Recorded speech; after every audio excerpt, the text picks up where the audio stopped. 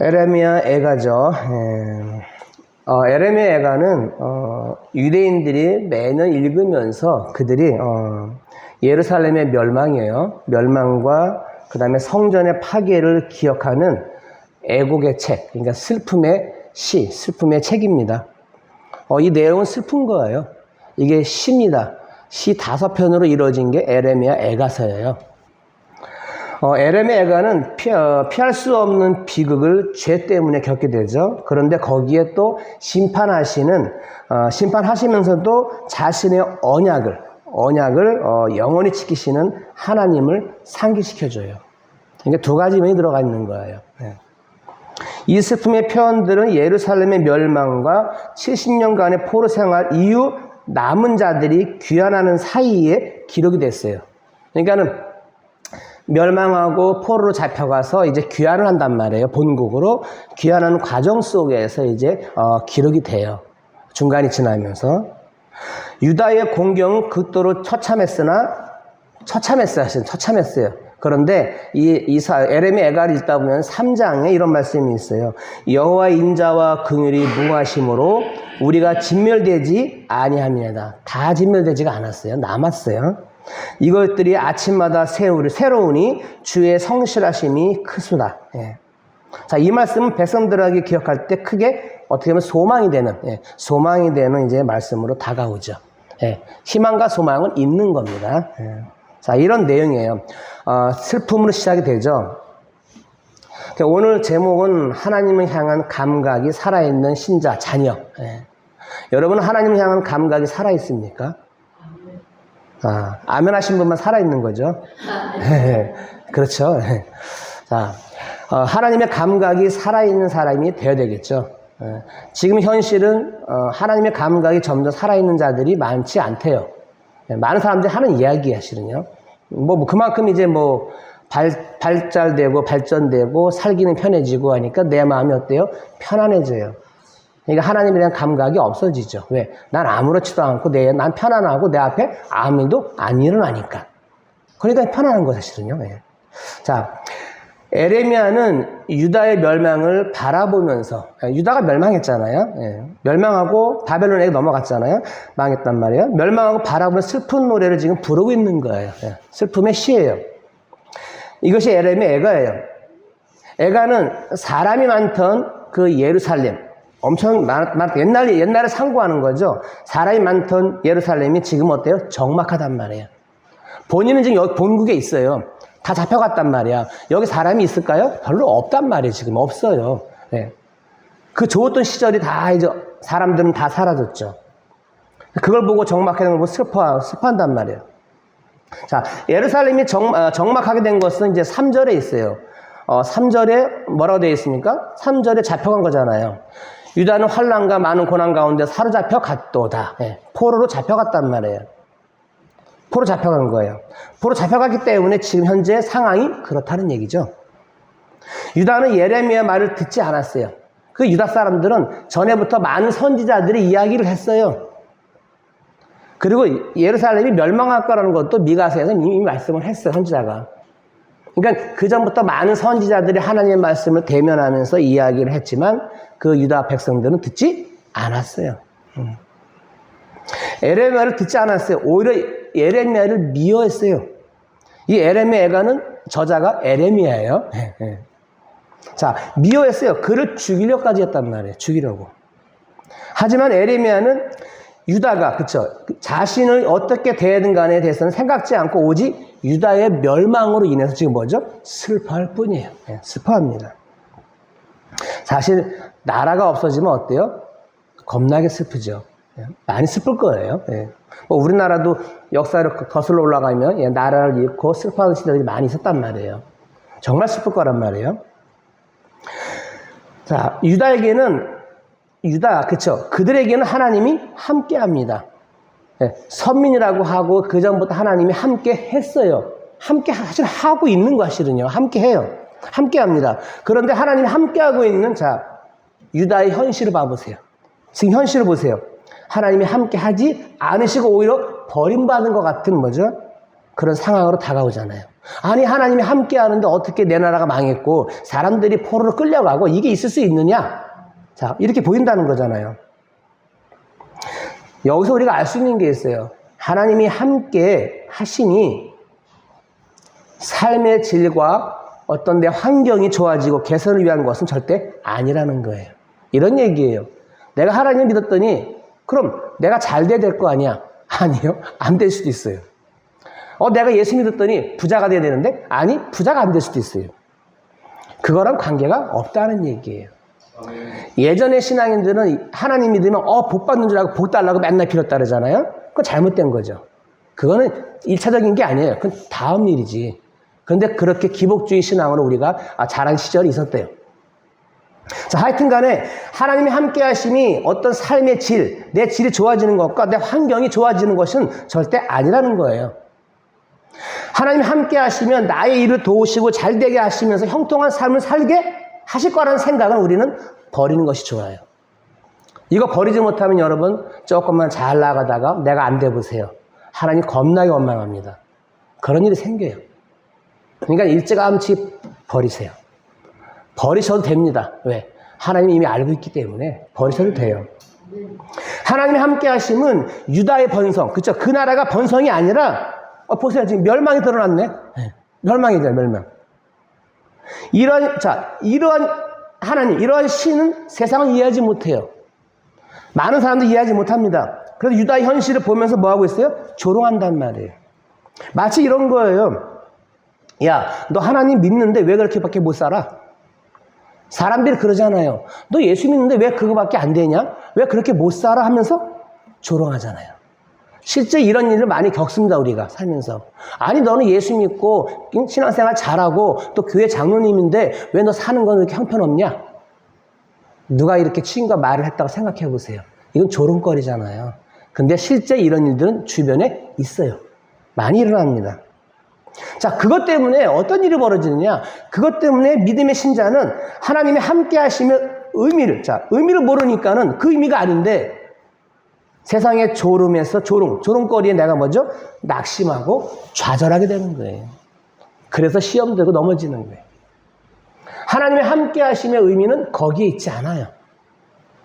그러니까 성경이 하나님이 함께 하신다는 의미를 제대로 모르는 겁니다, 사실은. 분명히 함께 하시고 계시는 거예요. 그건 맞아요. 근데 그 의미를 내가 제대로 파악을 못하고 있는 거야. 함께하는 의미가 내 옆에 있는 환경이나 내 삶이 좋아지고 뭐하고 잘 되고 사업이 잘 되고 이걸로만 자꾸 뭔가를 보이려는 것만. 이걸로만 이야기를 해버리면은 이게 만약에 안 됐어 보세요. 그럼 조롱거리예요. 그 조롱거리 때문에 내가 좌절하고 실망하게 되고 낙심하고 어때요? 그냥 시험 들어버려요. 에이, 교회 가나마나네. 이렇게 된다는 얘기예요. 에레미야가 슬퍼하는 것은 유다가 고통을 겪고 있는 현실이 불쌍해서가 아니에요, 사실은. 오늘 본문을 보면 그게 아니에요. 물론 에레미야도 슬퍼요. 왜? 같은 민족이잖아. 같은 민족인데 얼마나 슬프겠어요? 마음이 아플 거란 얘기예요. 근데 그게 아니에요. 유다는, 이 선지자는, 에레미야는 선지자는 유다가 겪는 고통의 모든 내막을 이미 벌써 알고 있어요. 다 알고 있어요. 고통의 내막을 모두 아는 이 선지자 에레미야는 유다를 바라볼 때 안타까운 것은 이겁니다. 하나님의 마음을 헤아리지 못하는 유다의 그 무지예요. 하나님의 마음을 좀 알았으면 좋은데 하나님의 마음은 전혀 몰라요. 모릅니다, 이 백성들이. 그 무지에 대해서 지금 마음이 무지 아픈 거예요. 자, 그리고 더 중요한 건 뭐냐? 오늘 보면 10절에 있어요. 10절에 보면은, 자, 10절이 여기 없죠. 진짜 제가 안 썼다. 자, 10절 읽어드릴게요. 10절에 보면은, 대적이 손을 펴서 그의 모든 보물들을 빼앗았나이다. 주께서 이미 이방인들을 막아 주의 성화에 들어오지 못하도록 명령하신 그 성소에 그들이 들어간 것을 예루살렘이 보았나이다. 자, 이런 일이 벌어졌어요. 아니, 유다 백성도 성소에 못 들어가는데, 거기는 하나님 예배하는 곳이고 하나님의 거룩한 곳이고 거기는 아무도 못 들어가요. 그런데 이방인 그들이 들어와가지고 어때요? 거기에 들어가요. 마구 들어가서 거기에 있는 보물들이죠. 거기에 있는 것들 다 약탈해 가요. 이런 일이 벌어진 거예요. 이방인이 성소를 침범하여 모든 보물을 약탈, 뺏어간단 말이에요. 성소는 하나님께 제사가 드려지는 거룩한 곳이에요. 유대 백성들도 들어갈 수 없는 곳이 성소예요. 그러한 거룩한 성소가 이방인에 의해서, 이방인, 다른 나라죠. 이방인에 의해서 침범되고 성소의 보물까지 약탈됨으로 제사를 드릴 수가 없게 된 거예요. 그러니까 제사는 뭐냐? 예배죠. 오늘날 말은 예배란 말이에요. 성소는 하나님께 제사하면서 하나님의 용서, 그리고 하나님의 자비, 긍휼을 배울 수 있는 곳이에요. 우리가 오늘 예배를 통해서 하나님의 용서와 자비와 긍휼을 증시가 우리가 느끼고 있는 거예요. 배우고 있는 거예요. 그런 성소가 무너진 것은 이스라엘이 하나님의 용서와 긍휼을 배우고 알 수 있는 곳이 뭐예요? 사라졌다는 얘기잖아요. 없어진 거예요. 선지자에게는, 에레미야에게는 이것이 애가를 부르게 하는 슬픔인 거예요. 너무나 슬픈 거예요, 지금이요. 자, 근데 보세요. 오늘 우리는, 현대인들의 슬픔은 이유가 무엇일까요? 우리는 무엇 때문에 슬퍼할까요? 육신의 문제? 아니면 생존의 문제? 내 육신의 문제? 내 생존의 문제에 슬퍼합니까? 과연 어떤 사람이 하나님의 용서와 긍휼과 은혜의 깊이를 깨닫지 못하고 항상 세상의 것을 기쁨으로 삼으려고 하는 자신에 대해서 슬퍼하겠습니까? 사실 기독교인조차 하나님의 용서와 긍휼에는 관심을 두지 않아요. 물론 관심을 두는 분들이 있어요. 저는 전반적으로 이야기를 하지만요. 용서와 긍휼을 말한다고 해도 정작 뭐죠? 이 속마음은 세상의 부유를 누리고 싶은 욕망으로 가득 차 있어요. 우리가 이 욕망으로부터 자유롭기는 힘들어요. 자유로워지기 힘들어요. 문제는 뭐냐? 욕망에 붙들려 있는 자신에 대한 무덤덤이에요. 자신에 대한 무덤덤함. 이게 큰 문제겠죠. 욕망이 자신을 하나님의 용서와 긍휼의 세계로부터 멀어지게 함에도 불구하고 그것을 심각하게 생각하지 않고 슬픔으로 여기지 않는다는 거예요. 하나님의 용서와 긍휼에서 멀어진다고 해도 그것이 내 삶에 영향을 주지 않기 때문이잖아요. 내 삶에는 아무런 영향이 없어요. 없으니까는 하나님의 용서와 긍휼에 대해서는 내가 관심을 안 가져요. 그리고 거기에 대해서 내가 생각을 안 하죠. 안 한다는 거예요. 그만큼. 자, 이런 부분은 우리가 한번 생각을 해보셔야 돼요. 자, 근데 반대로요. 반면에 돈이 나에게서 멀어져 나갔어요. 돈이 나에게서 멀어지는 것은 당장 뭐죠? 삶의 질에 영향이 있어요. 삶의 질에, 삶의 질이 어때요? 달라지기 때문에 거기에 내가 민감해요. 민감하게 반응하고 슬퍼해요. 이게 슬픈 현실인 거 아시나요? 그래서 우리는 에레미야 애가로부터 사실은 멀어져 있다고 할 수 있어요. 이 에레미야 애가, 이건 너무나 멀어져 있어요. 멀어져 있는 걸 느끼게 됩니다. 에레미야 애가는 하나님이 누구신가를 알고자 하는, 하나님이 누구신가를 여러분 알고 있습니까? 하나님 누구신가를 알고자 하고 온 마음으로 하나님과의 관계에 있기를 소원하는 자나 이해할 수 있는 책이에요, 사실은요. 어떻게 보면 정말 하나님을 누구신가 알고 있고 그 온 마음으로 관계를 내가 소원하고 이런 사람이 보면 이해할 수가 있어요. 이 책이. 그냥은 이해가 안 돼요. 아, 나 예수 잘 믿는데 왜 내 앞에는 왜 이런 일만 벌어지고 내가 하는 일마다 되지가 않고, 응? 나는 왜 이렇게밖에 안 될까? 자, 여기에 빠져버리면요, 심각해지는 거죠. 세상 문제에, 자, 그럼 자 보세요. 그럼 선지자의 마음과 일치할 수 있는 것은 뭐냐? 세상 문제의 마음이 앞섬으로 인해 가지고 내가 세상 문제의 마음이 앞서가 있어요. 또 하나님이 행하신 구속의 은혜로 감사하지 못해요. 내가 그것으로 인해서 내가 슬퍼한다면 슬퍼한다면 아마 그것은 선지자의 마음과 같을 거예요. 일치할 거란 얘기예요. 이게 진정한 믿음의 신자, 자녀의 마음이라고 볼 수 있을 거예요. 자녀의 마음이라면 이렇게 하니까. 제가 아까 처음에 시작하기 전에 하나님 아버지, 그 찬양이 그거거든요. 하나님 아버지의 마음. 그 찬양을 불렀어요. 하나님 아버지의 마음. 우리가 예배하기 전에 하나님 아버지의 마음을 알고 들어가서 예배를 하면 예배가 달라질 거란 생각에. 하나님 아버지. 자, 우리 자신이 진정한 그 자녀 됨에서 얼마나 멀어져 있는가를 우리는 알 수 있습니다. 자, 신자라고 하지만, 하나님의 자녀라고만 하지만, 형식만 남았어요. 형식만 남아있을 뿐, 진정성은 사라진 채 오로지 나를 위해서 신을 찾아요. 나를 위해서 하나님을 찾고, 나의 기대와 뜻을 가지고 하나님을 부르는 것에만 있을 뿐이란 얘기예요. 쉽게 말하면, 하나님을 부르는데, 나를 위해서. 다 하나님을 이용한다는 얘기야, 쉽게 말하면. 예.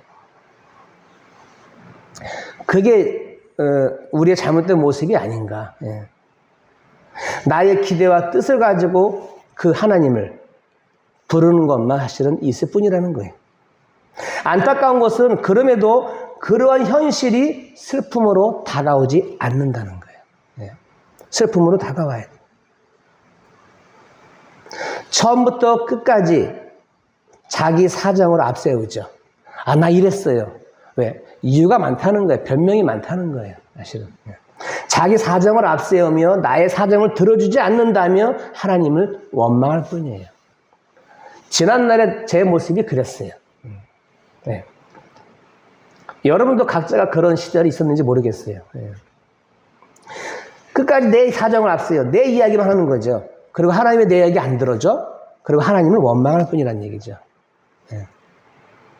결국 이 애가는 하나님께 마음을 둔 신자의 슬픔이고, 그런 슬픔이 있다는 것 또한 하나님이 함께 하심이라는 것을 생각한다면, 하나님 함께 하심은 우리의 사정을 살피고 도와주기 위한 것이 아니라 그것을 우리가 알아야 하는 거예요.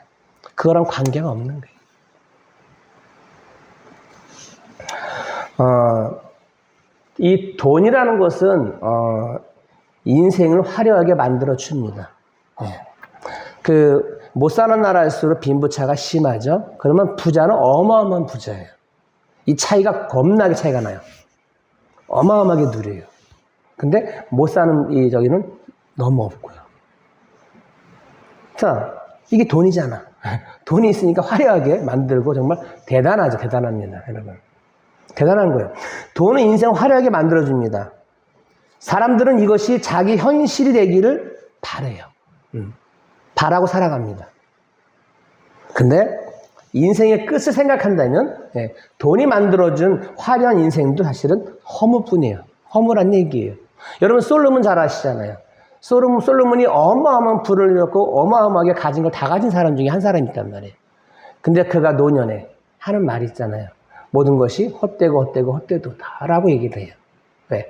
다 갖고 살았지만 그 중요한 게 아니라는 거예요. 그런 교훈을 남기잖아요. 물론 돈이 있으면 좋죠. 돈을 내가 멋있게 쓰고 내가 정말 보람되게 쓴다면 정말 가치가 있겠죠. 자, 하나님의 용서와 긍휼의 가치, 하나님의 용서와 긍휼의 가치와 그 존귀함은 인생의 끝을 생각하면서 우리가 명확히 알 수 있는 거예요. 이 현실, 잘못된 현실에서 우리 눈을 떠야 돼요. 예. 내가 혹시라도 잘못된 생각 가지고 있다면 눈을 뜨고 돌아봐야 되겠죠. 비록 이 유다가 망했어요. 예? 유다가 망하고 고통을 겪고 있지만 그것은요, 유다로 하여금 하나님의 함께 하심이 무엇인가를 배우기 위한 하나님의 조치라는 얘기예요. 예. 다 하나님이 일하시는 과정이에요, 실은요. 그러니까 우리가 힘들어도 하나님의 과정이 있다는 거예요. 지금 이 사람들은 지금 하나님의 그 과정 속에 있는 거예요. 하나님이 그거 모르시겠어요? 하나님의 일 속에 다 들어가 있는 건데, 너희 멸망할 거고, 너희 건너갈 거고, 자, 그럼 그 속에 너희들이 나를 좀 깨달아야 하라. 내가 너희와 함께 했어, 지금까지. 지난 날을 봐봐, 함께 해왔어. 근데 너희는 나 지금 못 믿고 있잖아. 네. 깨닫게 하는 과정인 거예요. 하나님의 조치죠. 유다가 잊고 있는 용서, 자비의 세계가 저 이방인이 누리는 부유에 비할 바 없는 복의 세계임을 알아야 한다는 거예요. 복의 세계임을 가르치게 한 하나님의 일인 거예요. 너희는 지금 복 가운데 있어. 하나님이 함께함이 복이라 그래, 성경은요. 하나님이 함께하심이 복인데 그 복은 이미 벌써 가지고 있어. 누리고 있는 거야. 근데 이건 안 보여요. 왜 안 보일까? 현실만 보이니까. 내 앞에 있는 현실만 보이니까 이건 안 보이는 거예요. 우리도 마찬가지예요. 하나님 저와 함께 해주세요. 맨날 기도하잖아요. 아니, 함께 하고 있어요. 네, 함께 하고 있단 말이에요. 함께 하고 계시는데 그건 안 보여요. 왜? 내 현실이 강하게 다가오니까. 내 앞에 있는 현실과 상황과 이 환경이 내 앞에 크게 보이니까. 그게 보이니까 이건 안 보이는 거죠. 지금 똑같은 거예요. 이 유다 백성도 똑같은 겁니다. 그렇다면 보세요. 자, 이 유다, 응? 유다의 그럼 희망과 위로와 힘은 대체 뭐냐 말이죠. 응? 그들이 말하는 희망과 위로와 힘은 무엇일까? 바벨론이 망하고 나중에 바벨론이 망하겠죠. 바벨론이 망하고 해방된다는 사실이 아니라 중요한 게 뭐냐? 하나님이 함께 하신다는 불변의 현실인 거예요. 하나님이 함께 하시면 변하지 않는다는 거예요. 그거예요. 그들에게 희망과 위로가 되는 것은 하나님이 함께 하셔. 변하지 않아. 내가 너희와 함께 하는 것은 변하지 않아. 제발 그것 좀 깨달으라는 거예요. 지금 하나님은 저와 여러분과 함께 하십니다. 네, 함께 하셔요. 하나님이 함께 하신다는 그 현실이 유다에게는 항상 위로이며 희망인 거예요. 그나마. 네. 마찬가지예요. 지금 우리도 하나님 우리와 함께하고 계세요. 여러분, 그것이 위로고 희망인 거예요. 함께 안 하셔보세요. 어떻게 되나. 근데 하나님의 자녀 함께 하셔요. 왜? 그건 약속이에요. 하나님의 영원한 약속은 변하지 않아요. 지금 그걸 보여준단 말이에요. 이 유다가 이 희망과 위기를 놓친다면 그것은 아마 그들이 겪고 있는 현실만을 전부로 생각하기 때문에 현실이 전부고 이것이 엄청나게 크게 다가오니까 하나님의 그 함께 하심은 전혀 보이지가 않아. 거기 희망과 위로가 전혀 없어 보이는 거예요. 사실은 그걸 깨달아야 돼. 자, 보세요. 하나님이 함께 하심은 예전을 거슬러 올라갈게요. 홍해 기적. 홍해바다 기적이잖아요. 홍해 기적. 여리고성이 무너졌죠. 무너지고 가나안을 정복하는 것 같은 방식으로 드러나지 않아요. 그때는 그게 방식이었단 말이에요. 물론 이스라엘이 경험한 모든 기적은 하나님이 함께 하신다는 증거였어요. 지난 날을 보면은 많은 기적들이 있었단 말이에요. 자, 이 기적 때마다 누가 있었어요? 하나님이 있었어요. 하나님이 있었고. 아니, 지금까지 하나님이 다 참여해가지고 함께 해가지고 다 기적을 이렇게 왔단 말이야. 왔는데 그럼 그 하나님 어디 갔어요? 그 하나님 지금 여기서 그대로 계시는 건데 그 기적이죠. 기적으로 여기까지 왔는데 지금은 기적이 아니라 어때요? 멸망이야. 멸망이라는 얘기예요. 자, 이스라엘이 경험한 모든 기적은 하나님이 함께 하신다는 증거였어요. 자, 그렇다면요, 이 이스라엘은 단 하나의 기적만으로도 하나님과 함께 하심을 믿었어야 되는 거예요. 이 중에 하나만이라도 기적이 있었단 말이야? 그럼 이 기적을 믿었어야지. 이게 믿음이야, 믿음. 믿음으로 가지고 있어야지. 네. 단 하나의 기적만이라도 하나님이 함께 하심을 그들은 믿었어야 되는 거예요. 믿지 못했어요. 다시 말해서 홍해 사건이 이스라엘에게 하나님의 구원과 함께 하심을 경험했다면 그 믿음으로 어떤 환경에서도 하나님을 의지했어야 한다는 거예요. 의지했으면은 달라졌겠죠, 좀. 예. 하지만 그들은 어때요? 바로 광야에 들어갔을 때 하나님 원망해버렸어요. 기적하고 이제 광야로 들어갔는데 광야 중간에 어떻습니까? 하나님을 겁나게 원망하잖아요. 결국 기적을 통해서 하나님을 보는 것이 아니라 기적 자체를 즐기는 것뿐이었어요. 이것이 지금의 기독교인의 현실인 거예요. 예. 잘못된 기독교인들의 현실이 그렇다는 거예요. 그래서 무슨 일만 생기면 넘어져요. 무슨 일만 생기면 야 예배 안 드릴 거야. 하나님이 없는 것 같아. 없긴 왜 없어요. 하나님 계셨는데.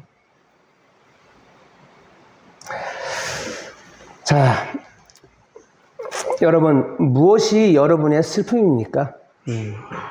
무엇이 우리의 슬픔입니까? 마음껏 부를 누리지 못한 것 때문일까요? 삶이 여러분의 뜻대로 되지 않아서일까요? 무엇이 슬픔일까요?